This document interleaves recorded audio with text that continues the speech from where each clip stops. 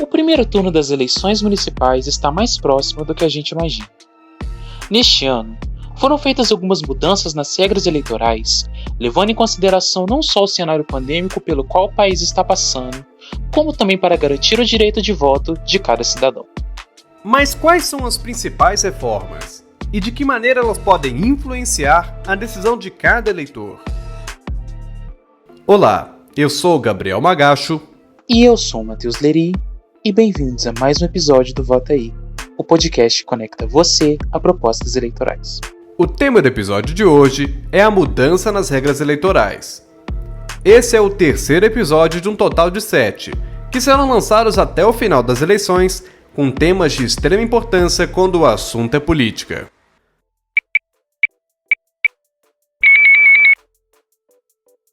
Em todo o ano anterior às eleições, o Congresso Nacional se reúne para analisar e discutir quais serão as regras que serão aplicadas no próximo pleito eleitoral. Em 2019, a Câmara aprovou um projeto de lei com novas mudanças para a eleição desse ano e também para o funcionamento dos partidos.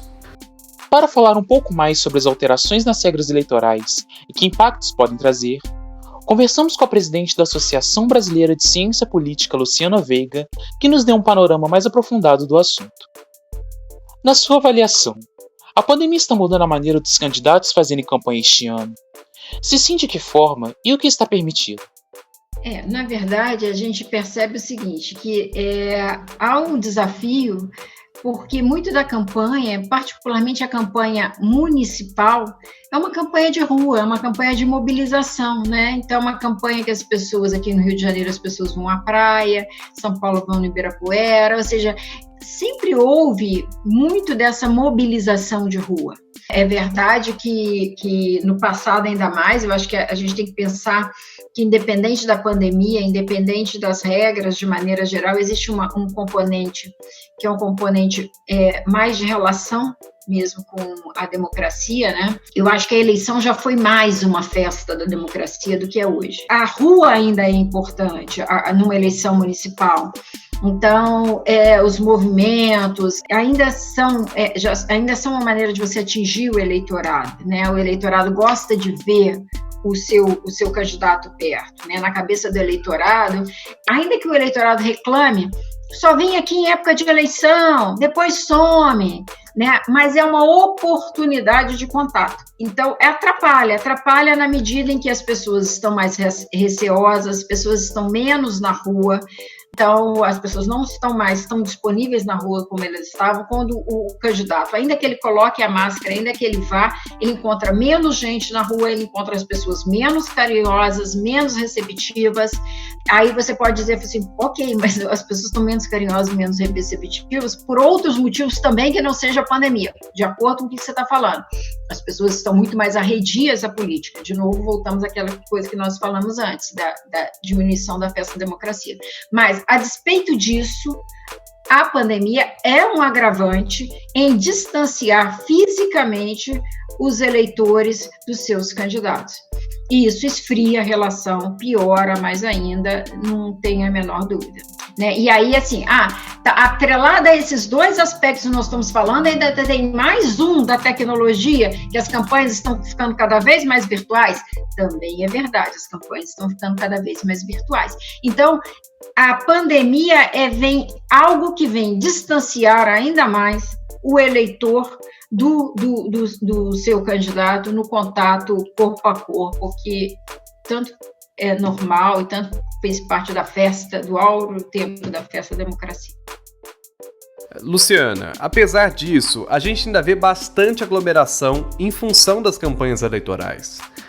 Você acha que isso tem um impacto negativo para o eleitor? Possivelmente o eleitor que está lá, ele não vê isso tão como negativo, porque, de alguma maneira, ele precisa estar lá para ver. Agora, como a pandemia, né, a Covid-19 e o tratamento que se dá a ela ficou muito politizado, aí também vai depender do candidato, né? Se for um candidato que tenha mais a pegada negacionista, um candidato mais de direita, talvez se ele ficar com cuidado demais, pode gerar resultado negativo para ele.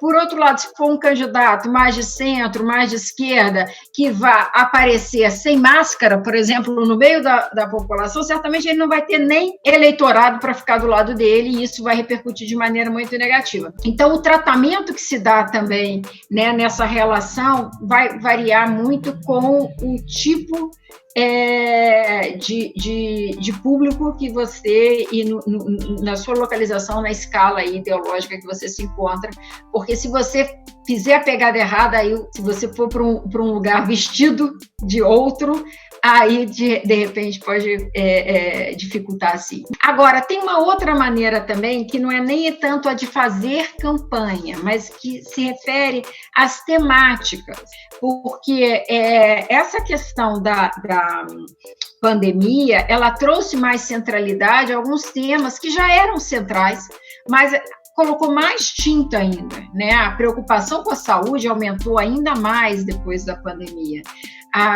Não só com a saúde no que se refere ao Covid, mas também no que se refere a outras doenças, né? E o tratamento de outras doenças, porque desestruturou o sistema de saúde, né?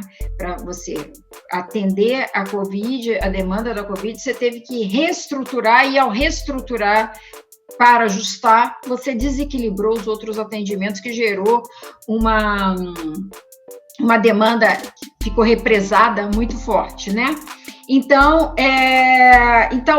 o transporte público, né? Que transporte público se a gente pegar 16, o transporte público no Rio de Janeiro, por exemplo, era um caso importante para quem morava na Zona Oeste, né? Porque no Rio de Janeiro, sempre quem mora na Zona Oeste, que mora mais, depende mais de transporte público, sempre foi muito mais central para os moradores da Zona Oeste do que para os moradores da Zona Sul, da Zona Norte, que o sistema de transporte flui mais. Certamente agora virou para a cidade inteira.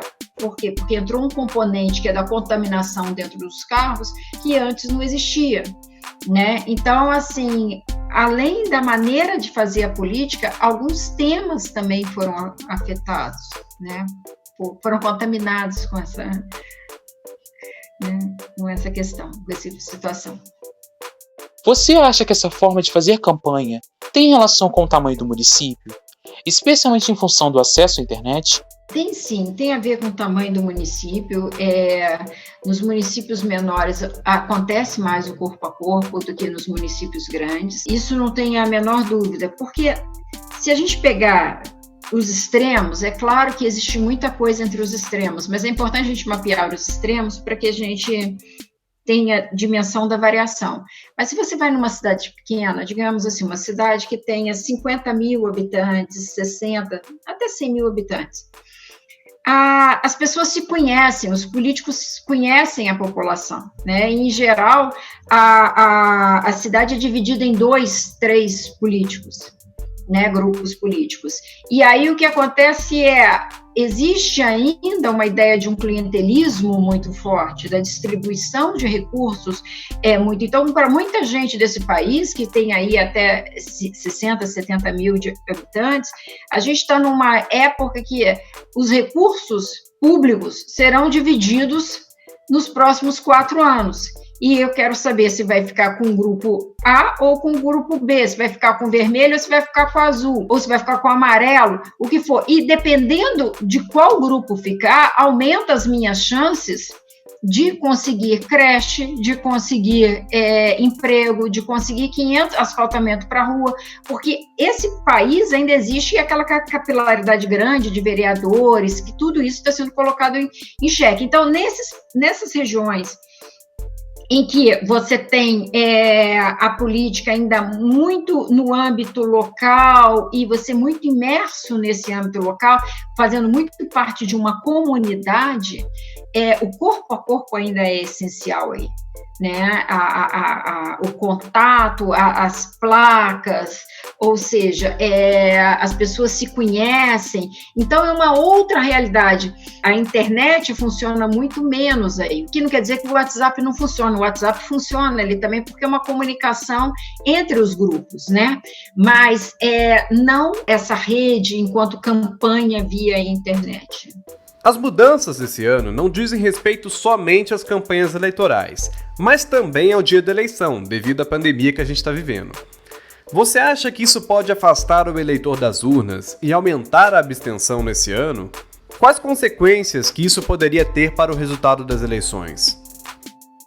Então, essa questão da pandemia, aí a gente volta, é sempre a mesma questão, desde a pergunta inicial, a pandemia está sempre agravando indisposições, né? Então, a gente tem indisposições diversas, dado ao contexto político, ao nosso histórico, e a pandemia veio agravar essas predisposições. Para a gente ter uma ideia, no que você coloca sobre o dia da votação, o Datafolha fez essa pergunta para as pessoas sobre sentimento de segurança, insegurança de ir às urnas.